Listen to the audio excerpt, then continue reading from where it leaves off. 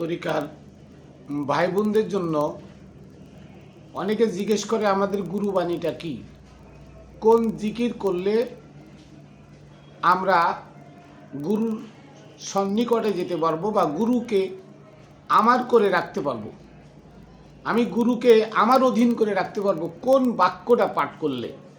অধিকাংশ লোক জিজ্ঞেস করেন। তো আমাদেরও জানা উচিত যে আল্লাহ কোন বাক্য পাঠ করতে বলেছেন। আল্লাহ কোনটা হুকুম দিয়েছেন, তা আল্লাহ যেটা হুকুম দেন সেটা করলে আমি গুরুর সন্নিকটে যেতে পারবো, গুরুকে আমার অধীন রাখতে পারবো। এই কথাটা গুরুরা আপনাদের আমাকে দেখি না। আসুন এই ব্যাপারে কোরআন থেকে জানি।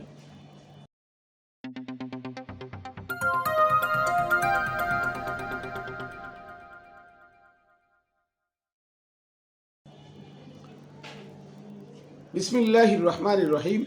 আসসালাতু ওয়াসসালামু আলা সাইয়্যিদিল মুরসালিন ওয়া আলিহি আজমাইন। প্রিয় তরিকার ভাই ও বোনেরা, দেশে দূরে যারা যেখানে আছেন, সকলকে জানাই খাতুনে জান্নাত টিভি ইউটিউব চ্যানেল ও ফেসবুক পেজের পক্ষ থেকে আমি মাইনুল কবির শুভেচ্ছা অভিনন্দন। সর্বপ্রথম আমি আমার সালাম ও কদম বুসি প্রেরণ করি পাক পাঞ্জাতনের পাক দরবারে সমস্ত নবী রাসূল আউলিয়া উলিয়া গাউস কুতুব পীর মাশায়েখ মনি ঋষি সন্ন্যাসী গুরু ঠাকুর মহামানব যারা আছেন তাদের পাক রওজায় পাক চরণে, সুলতানুল আউলিয়া হযরত বাবা শাহ আলী বুগদাদি রহমতুল্লাহ আলাইহির পাক দরবারে, আমার দাদা গুরু মোতালেব শাহ রহমতুল্লাহ আলাইহির পাক দরবারে এবং আমার গুরু হযরত মানিক চাঁদ শাহ মাদ্দাজিলুল আলিয়া আমার দয়ালের পাক চরণে। আজকে আমি আপনাদের সাথে শেয়ার করব যে গুরু বাণীটা কি, কোন নামে ডাকিলে আমি আমার গুরুর সাড়া পাব, তো সেই নামটা কি আর সেই জিকিরটা কি, এই বিষয়ে আল্লাহ কিবা কোরআনে বলেছেন সেটা আপনাদের বুঝতে হবে। আমার কলমা কি, কোন কলমা পড়ে আমি গুরুর কাছে বায়াত হব। অনেকেই জানে না আমার কলমা কি। কলমা কিন্তু দেখে পড়ার বিষয়। সিজদা যেমন দেখে করা লাগে, আল্লাহকে দেখে সিজদা লাগে, না দেখে সিজদা দিলে শিরক হয়, আর দেখে আল্লাহ সিজদা না দিলে কুফরি হয়। তা আল্লাহকে দেখে সিজদা দিতে হয়। আর গুরুবাণী কি বা কোনটা করলে গুরু খুশি হয়, আল্লাহ খুশি হয়।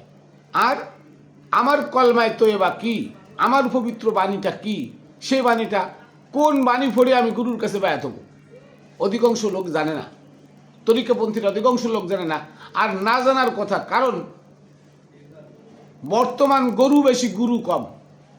বর্তমান সমাজে গরু বেশি গুরু কম, মানে এই হাত পাতা গুরু বেশি, দেওয়া গুরু কম। অধিকাংশ হাত পাইতে নেয়, ভক্তকে দিতে পারে না। আর যারা দেয় তারা হাত পাতে না। পার্থক্য এখানে যে মোমেন সে হাত এরাম করে না, এমনি করে। আর যে মোমেন নয়, যে গরু, সে এরম হাত পাইতে বসে থাকে। কারণ ভক্তের টাকায় ছাড়া তার পেট চলে না। হোক সে বাউল, হোক সে ফাউল, হোক সে যে ধর্মের লোক, যারা হাত পেতে টাকা নেয় তারা দিতে পারে না। যে দিতে পারে সে কখনো হাত পাতে না। এখানে পার্থক্য। এখন যে হাত পাতে নেয় তার বাণী একরকম, তার কলমা হয় একরকম। আর যে দেয়, নেয় না, তার বাণী আর এক রকম, তার কলমা হয় আর এক রকম। এখানে বড় পার্থক্য। কিন্তু নেওয়ার সমাজে নেওয়ার লোক বেশি, দেওয়ার লোক কম। তাই আমরা আজকে সত্য গুরু খুঁজে পাই না। আমরা সবই তারে নারের মধ্যে পড়ে গেছি। আর গুরুর চেহারা দেখে গুরুর কাছে যাই, কিন্তু গুরুর ভিতরে কিছু নাই।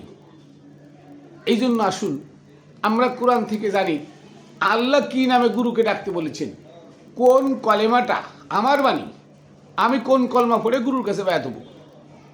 আগে জানি যে গুরুর কাছে যখন বায়াত হতে যাবেন, বাইয়াত মানে বিক্রয় হওয়া, বাইতুন মানে ঘর, আহলে বাইত মানে ঘরের আহাল, বংশধর নবীর আহলে বাইত। আর বাইতুন শব্দের অর্থ বিক্রয় হওয়া। তাহলে আমি গুরুর কাছে বিক্রয় হব। গুরুর হাত পেতে টাকা নেওয়ার জন্য গুরু আমাকে কিনবে না। গুরু থাকবে গুরুর জায়গায় বসে, তার ধ্যানে সে মগ্ন থাকবে। আমার প্রয়োজনে আমি গুরুর কাছে গিয়ে বায়াত হব। এই বায়াতটা কার মাধ্যমে? একটা কলমা আছে, পবিত্র কলমা, কলেমায়ে তাইয়্যিবা। এই কলমাটার মাধ্যমে আমার সব কিছু গুরুর কাছে বিক্রয় করে গুরুর গুলাম হয়ে যাওয়া সেজদার মাধ্যমে, এটাকে বলা হয় শরিয়াতের অরিজিনাল বায়াত, কোরআন সম্মত বায়াত এটা। আর হাত দিয়ে লা ইলাহা ইল্লাল্লাহ মুহাম্মাদুর রাসূলুল্লাহ কলমা পড়ায় যারা বায়াত করায়, তারা গুরু নয়, তারা গরু। কেন? আমার নবীকে যারা সচক্ষে দেখেছেন, নবীর সঙ্গী সাথী যারা ছিল, সাহাবী শব্দের অর্থ সাথী, নবীর সাথী যারা ছিল, নবীকে যারা সচক্ষে দেখে নবীকে যারা গুরু হিসেবে গ্রহণ করেছিল, তাদের কলমা ছিল লা ইলাহা ইল্লাল্লাহ মুহাম্মাদুর রাসূলুল্লাহ সাল্লাল্লাহু আলাইহি সাল্লাম। এটা ছিল তাদের কলমা।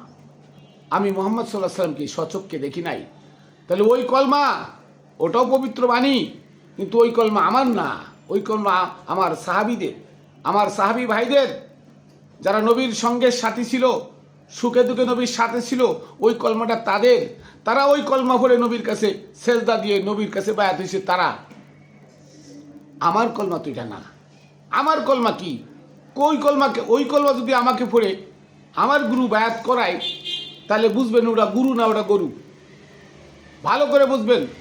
আমাকে যদি লা ইলাহা ইল্লাল্লাহ মুহাম্মাদুর রাসূলুল্লাহ পড়ায়, আমার গুরু আমাকে বায়াত করায়, বায়াত নেয় হাতে হাত দিয়ে, তাহলে বুঝবেন ওটা গুরু না, ওটা গরু। এটা আমার কথা না, কোরআনের কথা। আমি দেখাবো সবগুলো আজকে দলিল দিয়ে। কেন? পবিত্র আমার বাণী হলো, আমার গুরু মানিক চান শাহ মাদ্দাজিল্লুল আলিয়া, আমার কলমা হলো লা ইলাহা ইল্লাল্লাহ মানিক চান রাসূলুল্লাহ। এটা আল্লাহর কথা, আমার কথা নাই। আল্লাহ শিখাই দিল, তোমার গুরু তোমার রব, তোমার গুরু তোমার রসুল, তোমার গুরু তোমার মুর্শিদ, ওই উনি আল্লাহ। কারণ উনার সাথে আর আল্লাহর সাথে কোনো পার্থক্য নাই। তাই উনি আল্লাহ, উনি মুর্শিদ, উনি রসুল, উনি তোমার গুরু। তাহলে আমার কলমা লা ইলাহা ইল্লাল্লাহ মানিক চান রাসূলুল্লাহ, এটা আমি পড়ে তার কাছে বায়াত হয়েছি সেজদা দিয়ে, ভক্তি দিয়ে। আমি হাতে হাত দিয়ে বায়াত হয় নাই, আর আমার গুরু হাত পেতে নজরানা নেয় না।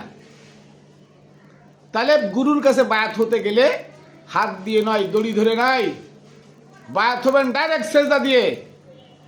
ওই কলমা পড়ে, গুরুর নামের পরে কলমা পড়ে। ঈসা আলাইহিস সালামের কলমা ছিল কি? লা ইলাহা ইল্লাল্লাহ ঈসা রূহুল্লাহ। মুসা আলাইহিস সালামের কলমা ছিল লা ইলাহা ইল্লাল্লাহ মুসা কালিমুল্লাহ। হযরতে ইসমাঈল আলাইহিস সালামের কলমা ছিল লা ইলাহা ইল্লাল্লাহ ইসমাঈল জবিহুল্লাহ। ইব্রাহিমের কলমা ছিল লা ইলাহা ইল্লাল্লাহ ইব্রাহিম খলিলুল্লাহ। আদম আলাইহিস সালামের কলমা ছিল লা ইলাহা ইল্লাল্লাহ আদম শফিউল্লাহ। তাহলে আপনার কলমা কেন লা ইলাহা ইল্লাল্লাহ মুহাম্মদ রাসূলুল্লাহ হবে? নবী তো আমাদের সামনে জীবদ্দশায় নাই। তাহলে আমি বাকি কলমা পড়ে আমি কেন গুরুর কাছে বায়াত হব? এই সিস্টেম কার? সাহাবীদের। আমার সিস্টেম হলো, আমি মানিক চানকে দেখছি, তাই আমার কলমা হলো লা ইলাহা ইল্লাল্লাহ মানিক চান রাসূলুল্লাহ। আর যিনি মানিক চান, উনি রসুল, উনি আল্লাহ। যদি উনি আল্লাহ না হতে পারে, আল্লাহর আসনে বসতে না পারে, তাহলে আমি ওই গুরুর কাছে যাব। যদি যাই, তাহলে আমিও কানা ডুবে মরবো, আর এই গুরুও কানা ডুবে মরবে। ওই গুরু মরে গেলে তার লাশটা উঠায় দেখবেন পুড়ে, মানে পয়সে কঙ্কাল ছাড়া আর কিছু নাই। সম্পত্তি এরকম অনেক নজির ঘটেছে, সম্পত্তি এরকম অনেক নজির ঘটেছে। মাজার ভেঙে ফেলছে, বিশাল মাজার, গুরু হয়ে মারা গেছে, বিশাল মাজার, হাজার হাজার ভক্ত আছে, তার মাজার ভাঙে দেখা গেছে গুরুর লাশ কঙ্কাল হয়ে পড়ে আছে। তো গুরুর লাশ যদি কঙ্কাল হয়ে পড়ে থাকে, তা আল্লাহর কুরআন তো মিথ্যা হয়ে গেল। কেন? আল্লাহ বলছে ফাম্মা মান সাকুলাত মাওয়াজিনুহু ফাহুয়া ফি ঈশাতির রাদিয়া। যার মিজানের পাল্লা ভারী হবে, যে গুরু হবে, যে মোমেন হবে, মোমেনের মিজানের পাল্লা ভারী হয়, যে মোমেন হবে, সে তো আত্মশুদ্ধি লাভ করে গেল। তো যে আত্মশুদ্ধি লাভ করে গেল, তার দেহবডি কবরে খেয়ে যাবে, এমন সাধ্য কবরের নাই।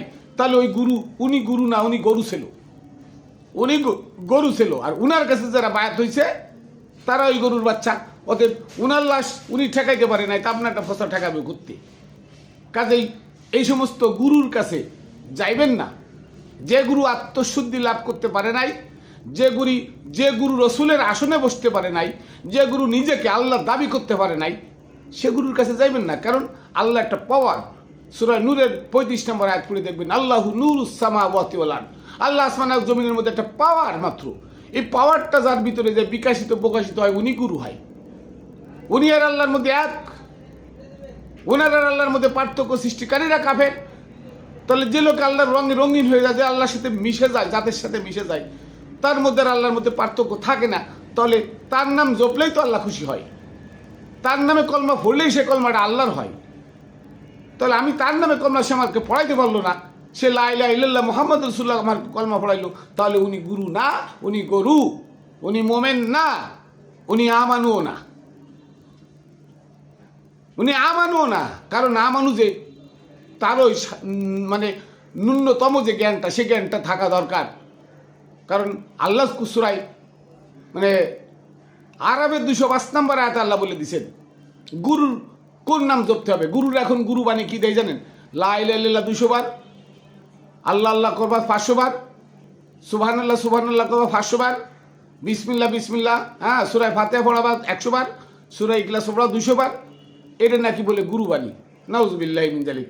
এটা যদি গুরু বাণী হয়, তো সব মানুষ তোর গুরুর কাছে যাইতো না। কুরআন শরীফ যারা পড়তে পারে সব মানুষ তো এটা পড়তো। কিন্তু আল্লাহ তো কই দিছে, আল্লাহ বলে দিছে তুমি কোন নাম জপলে তো আল্লাহরে পাইবা, সে আল্লাহ তো বলে দিল। সূরা আরাফের 205 নম্বর আয়াতে আল্লাহ বলেছেন উযকুর রাব্বাকা বিনাফসিকা তাদাররু ওয়া খিফা। তুমি তোমার গুরুকে ডাকো, গুরুর নাম জিকির করো, বিনাফসিকা মনে মনে, তাদাররু কেঁদে কেঁদে, ওয়া খিফা আল্লাহর ভয়ে। তাহলে গুরুকে জপতে হবে মনে মনে, কেঁদে কেঁদে, আল্লাহর ভয়ে গুরুর নাম জপতে হবে। আর গুরুর নাম জপতে পারলে আমি আল্লাহর নাম জপা হয়ে গেল। কারণ গুরু আর আল্লাহ এক আসনে বসা, আল্লাহ নিরাকার, আল্লাহ একটা পাওয়ার। ওই পাওয়ারটা যখন গুরুর মধ্যে গিয়ে গুরুর অন্ধকারটাকে দূরীভূত করে গুরুকে আলোকিত করে ফেললো, ওই গুরু আমানু থেকে মোমেন হয়ে গেল। আর মোমেন যিনি, মোমেনদের মধ্য হতে আল্লাহ রসুল নির্বাচন করেন। কদ মান্নাল্লাহু আলাল মুমিনিনা ইয বাআসা ফীহিম রাসূলান, সূরা আল ইমরানের 164 নম্বর আয়াত পড়ে দেখবেন। আল্লাহ বলছে যে মোমেনদের জন্য সৌভাগ্য যে আমি মোমেনদের মধ্য হতে রসুল প্রেরণ করি। যিনি মোমেন, ওনার দুনিয়াদারি থাকে না, ওনার দুনিয়ার মোহ থাকে না। আর আজকাল দেখবেন গুরুদের গাড়ি বাড়ি, টাকা পয়সা, ধন সম্পদের অভাব নাই। ওই গুরু আপনাকে লা ইলাহা ইল্লাল্লাহ মুহাম্মদ রাসূলুল্লাহ কলমা পড়ায়, বায়াত করায়। আর আল্লাহু আকবার সুবহানাল্লাহ আলহামদুলিল্লাহ এগুলো পড়তে বলে। উনি গুরু না, উনি গরু। ওই গরুর ত্যাগ করেন, গরুরে তালাক দেন যদি মুক্তি পাইতে চান। আল্লাহ বলে দিয়েছেন গুরুর নাম জপতে হবে। যে গুরু বলবে তুমি আমারে সেজদা দাও, তুমি লা ইলাহা ইল্লাল্লাহ আমার নামের ভরে কলমা পড়ো, সেই গুরু কামেল। যে গুরু বলবে আমার নাম জিকির করো, আজ থেকে তুমি আমাকে চিনো, আমার নাম জিকির করো, তাহলে বুঝবেন ওই গুরু আল্লাহর আসনে আছে।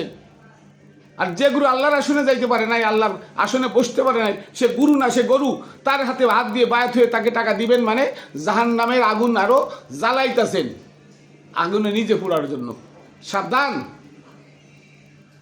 তাহলে হাজার হাজার তরিকাপন্থীরা মারা যাচ্ছে, কবরে লাশ অক্ষত না থেকে পৌঁছে যাচ্ছে। কেন? কারণ গুরু কামেল না, তাই ভক্ত পৌঁছে যাচ্ছে। গুরুর লাশও পড়ছে, ভক্তও পৌঁছে যায়। খুদার কসম, যদি গুরু কামেল হয়, আর কামেল গুরুর রঙে যদি আপনি রঙিন হতে পারেন, আত্মশুদ্ধি আপনার হবে, আপনি নিজেকে নিজে দেখবেন, আপনার মেরাজ হবে, আপনার লাশ কবরে খাবে।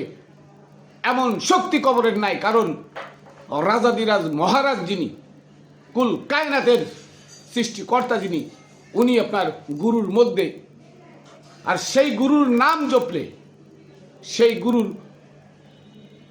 গুরুর ইত্তেবা করলে, সেই গুরুর আনুগত্য করলে আপনার দেহবডি কবরে মাটিতে খাবে। মাটির এমন সাধ্য নাই, মাটি তার কথাই চলে। তাহলে আজকে গুরুর বাক্য কি দেয়?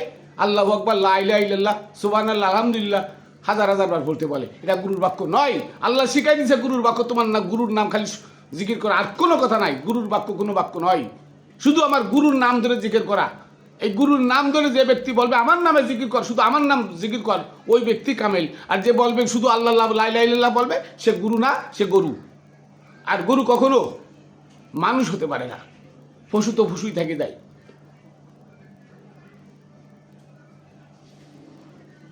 কয়টা আয়াত নেবেন?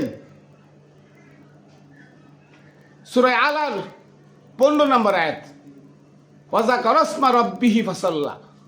আল্লাহ ডাইরেক্ট বলে দিলেন ওয়াযাকারা ইসমা রাব্বিহি ফাসাল্লা।